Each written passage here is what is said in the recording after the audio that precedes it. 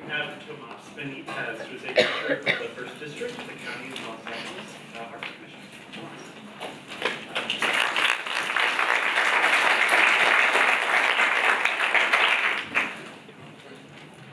Thank God they took that picture down. It's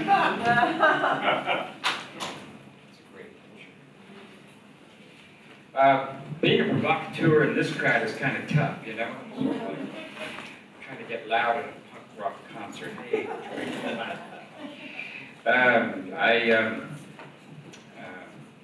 I have this rule, which is that when I go to these sort of things, one of three things has to happen. Either I'm going to hear something new, I'm going to learn something new, or I'm going to think about something in a different way. And if that doesn't happen, I just head for the buffet. So, because I'm a badass.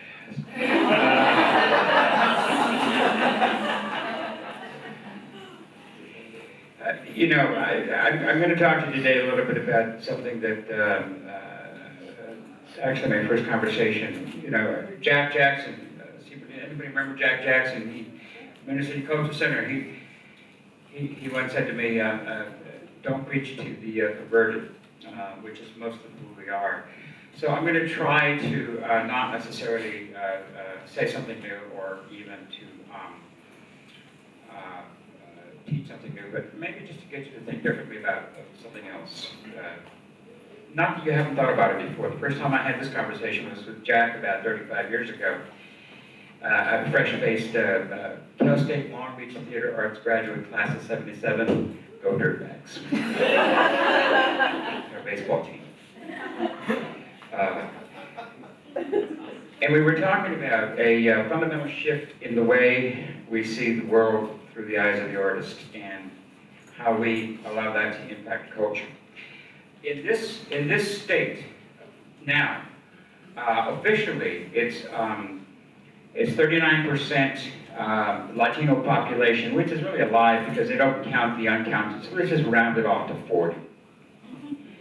It's the largest majority minority in any state in the United States. It's only going to get bigger. It's going to be 50% by the year 2020. The majority of that community is going to be 2/3 under 18.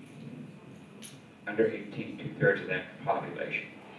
We are also the primary destination for most of the world, including the Asian theater, that comes here with another set of enormous statistics and numbers. It's not just the numbers, it's the stats, the percentages, it's the numbers, the sheer numbers.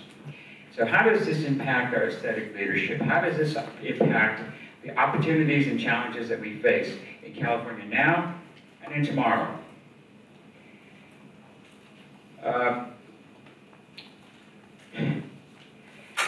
We all essentially come here, this conversation's in English, and we all essentially come here from a Eurocentric, Western adapted set of aesthetics, myself included. My degree's in theater, TRE, and I'm a loyal fan of, you know, Downton Abbey.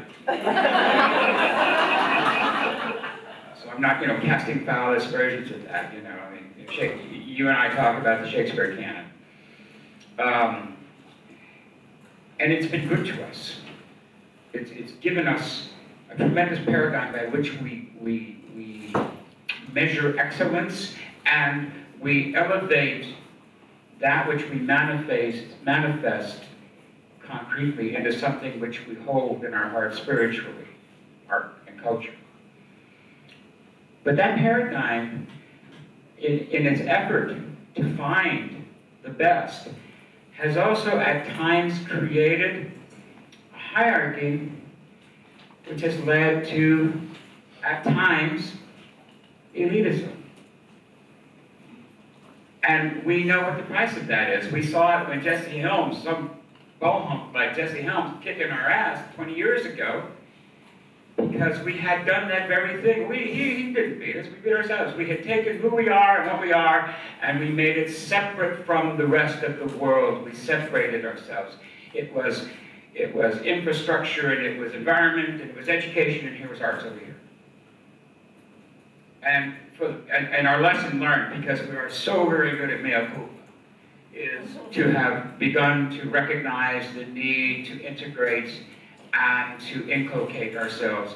And the rest of the world already knows it because you're hearing the conversation about STEAM versus STEM. And if you look at the new guidelines, it used to be that, but now it's something else. But if you look at the language, it's all creative language. It's all creative, rational. It's all aesthetic reasoning. You know, the educators have got to beat on us. We need to catch up to it, but they got it. We have this Western adapted Eurocentric aesthetic in this state, at this time and place. And it's only a third of our resource. Only a third. We have hemispheric wisdom that was here when Emerson came over. And we have the rest of the world that is coming here now. It's the part that Michelle talks about, which is, we don't even know what it is. Yes. And so, the challenge to us, and also it's about really and truly recognizing these differences in aesthetics and how they integrate, separate, embed, enmesh, and create something else. 15 years into this century, this state, this place, this community is the leader. God love New York. I love New York. And New York is always going to be New York, and New York was the best and the brightest that we could achieve in the previous century, and we are now in a new century, and it's Los Angeles. It's right here, folks, and you are the leaders and thinkers of what we must form, which is a new American aesthetic that takes all the resources and not just saying, well, let's do folk traditions. No, you're separating again.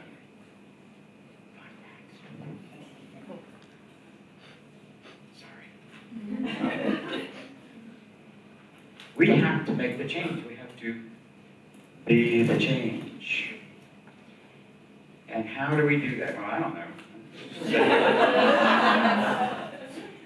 Honestly, I don't know. You think I have an advantage because I'm an East LA boy, you know? I mean, maybe, you know, I can think about it in English and Spanish, and that's about it. I still translate my Spanish into English because I'm a theater graduate, RD. But we have to figure out how we take all this resource, how we take this, it's piles and piles and piles of gold just sitting there waiting for us, and we are sitting on top. We get to be there. God bless that group in Iowa that decided, or Idaho, that decided to become ballet dancers and do it right there with the potato people, and I can see the smoke. But we got us, man. We got this. So how do we do it? You know, and I mean, how do we make ourselves a part of daily life, not a part from daily life? How do we really and truly own that in our own aesthetic, not just frickin' outreach programs? Let's bring out the Color Kids Day. That was meant to be provocative.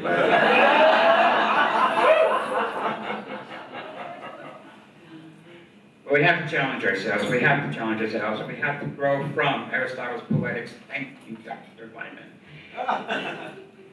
To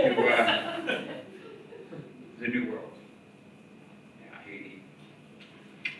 Yeah, they don't know this or shit. That's Ken Lyman. And I tell you a story about a friend of mine, Barclay Goldsmith, who ran the Borderlands Theater down in Tucson, who was this, like, you know, mighty white guy that, you know, said, well, I want theater that's going to reflect the indigenous people, and I want theater that's going to reflect the cowboy culture, and I want theater that's going to reflect the Latino, Chicano, Mexican, I forget what we called ourselves in those days, culture, you know, some kind of O.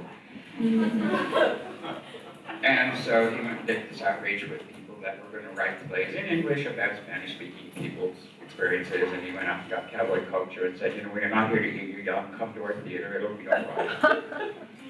And he went to the native people's culture, and they said, go away. Go away. And he said, wait a minute, I'm doing this wonderful program, and I'm going to have all you people come and talk to us about your stories and tell us and everything. And they said, no, you see, we don't see theater the way you see theater. We don't call it theater, we call it our religion. And so Barclay was like, oh, well, I haven't thought about that. And so he had to go there and spend time and finally learn how they saw it. And then once they trusted him, they began to say, okay, well, you know, you're not so bad.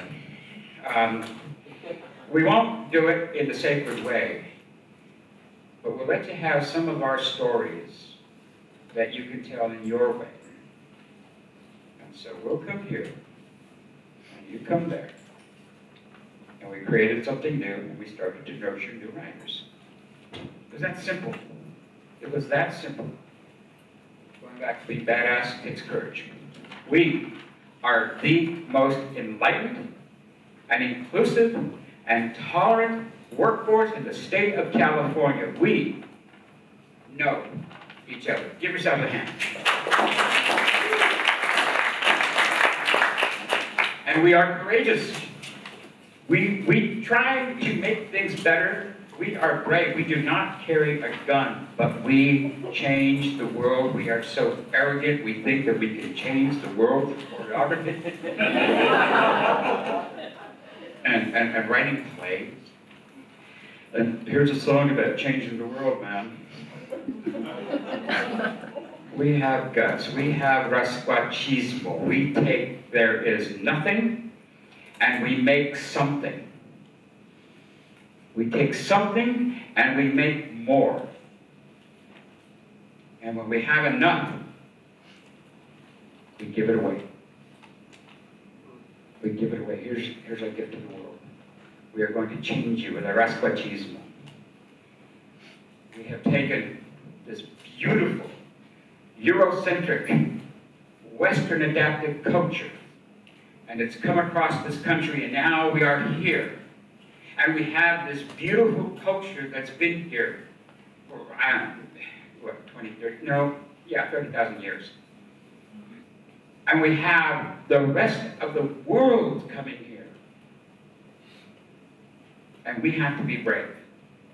We have to change ourselves in our aesthetic, in our values, and lead California through our arts and creation, because in our arts and creation, that is culture. That's how people study ancient civilizations. How are they going to study us? With that changing aesthetic, our leadership, our courage, our badass attitudes, our revolutionary ideas. That's how we're going to do it. Jukando.